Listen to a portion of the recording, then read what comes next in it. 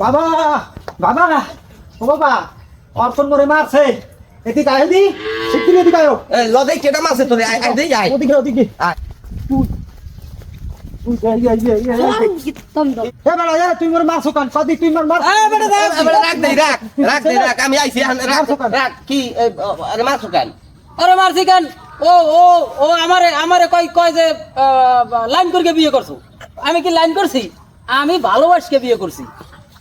এই তাই আমি লাইন করে রইছি কি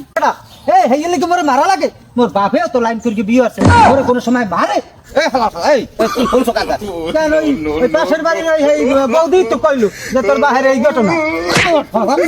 আয়